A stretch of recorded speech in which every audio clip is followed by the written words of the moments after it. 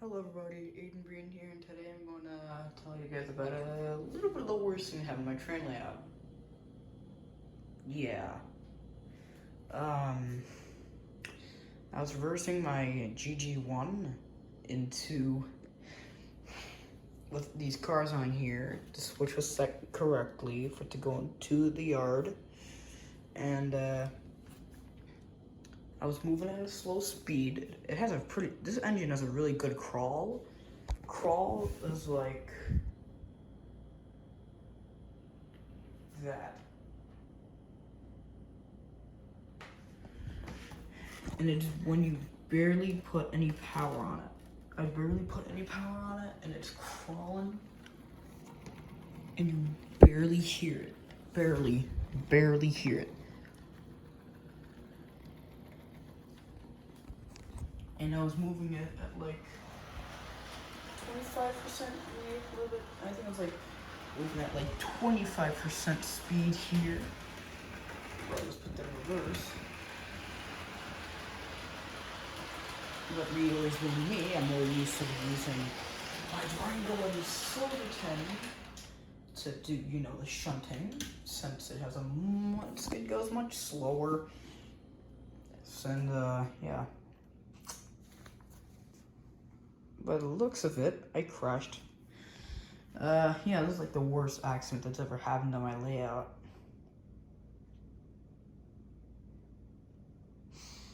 Okay, I lied about that part. There you go. You see it? Yeah, you see it. So,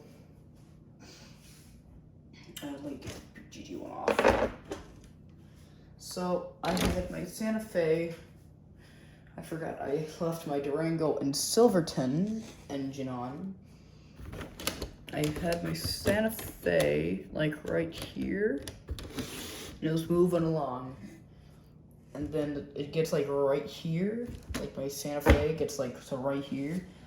And I hadn't noticed, but my Durango and Silverton was, like, right here. So, Santa Fe just went, boom, right into the side. And I stopped when it was like, the Santa Fe was like right here and the Durango was like right here, because I'm like, crap, this can be a crash. So, bam, Durango and Silverton goes to the side a little, while the Santa Fe goes completely off the tracks like that. And then like then Durango and Silverton gets to that, and then it like re-rails itself.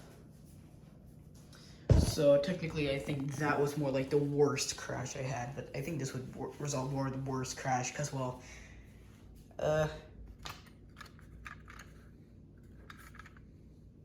yeah, people were in these, which caused a big amount of casualties. As you've noticed, I did a little bit of an update. I added this green wire in because I was thinking, hey, since that isn't gaining any power, so what if I just try something like that and connect it up into there? Not sure if it's really working, but I think it is.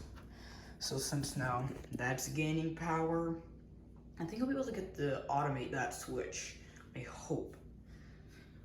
I'm still trying to like make this kind of more like that back switch there automatic, because, well, like if you're like where I'm standing, like right now, like right here, you would have to like lean across the whole entire table, and that's kind of a pain.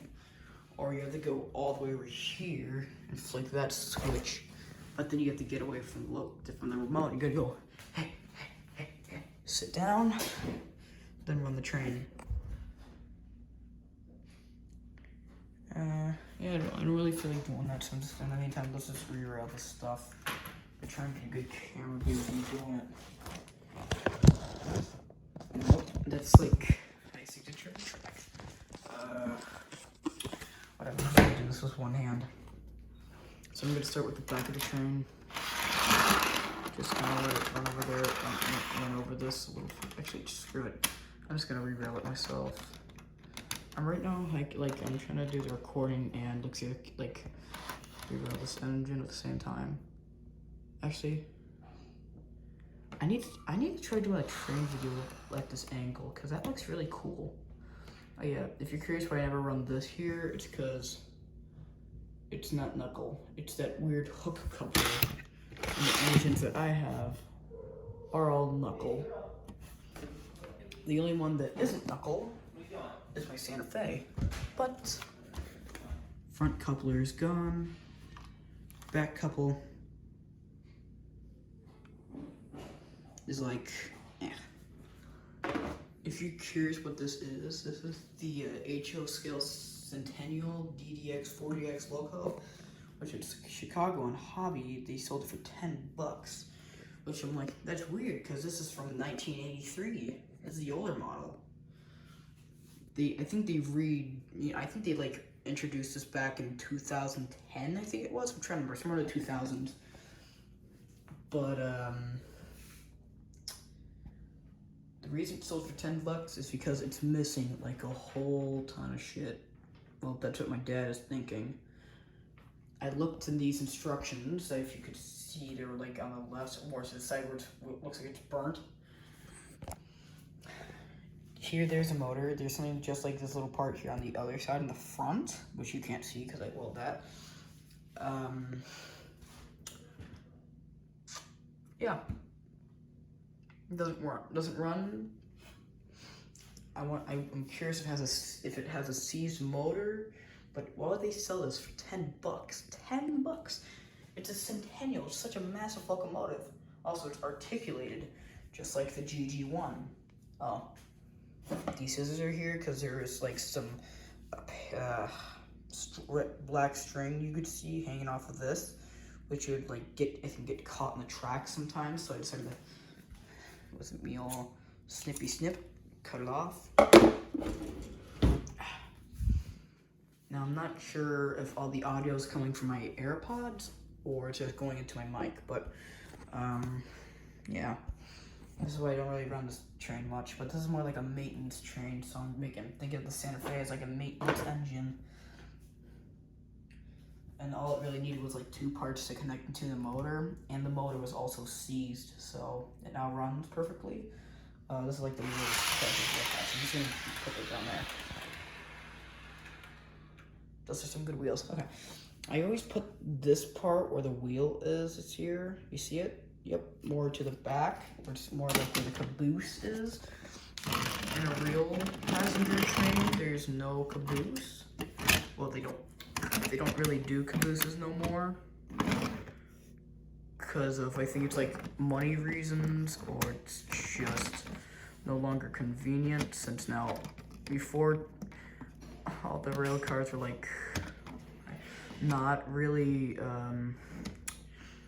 connected and stuff with air. Yeah, there's something called air brakes, if you all never knew. But I think if you have an experience like me, you'd be like, oh, okay, I know what this freaking thing is.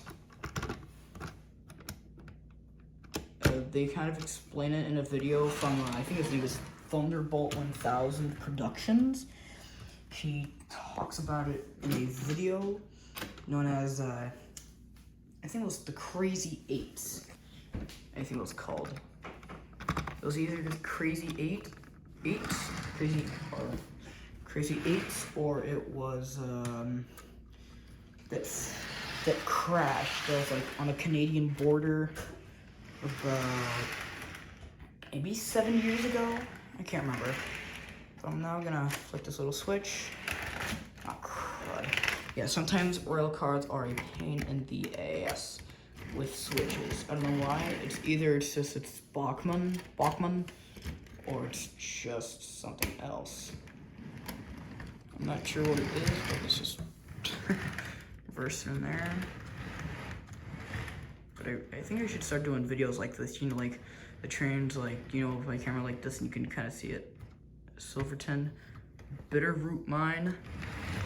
If you're curious, yes, this narrow, and like this was originally a narrow gauge railroad, and I'm putting on the caboose because it's like pretty much they're going around the mountains, plus, and like the brakes could one day malfunction on the engine, which I always use this engine. Well, sometimes I use that engine to pull this. I'll use the Santa Fe sometimes as like an action thing. And guys, this is where I'll leave it off, and I'll see you guys in a different video. into a new day. Woohoo!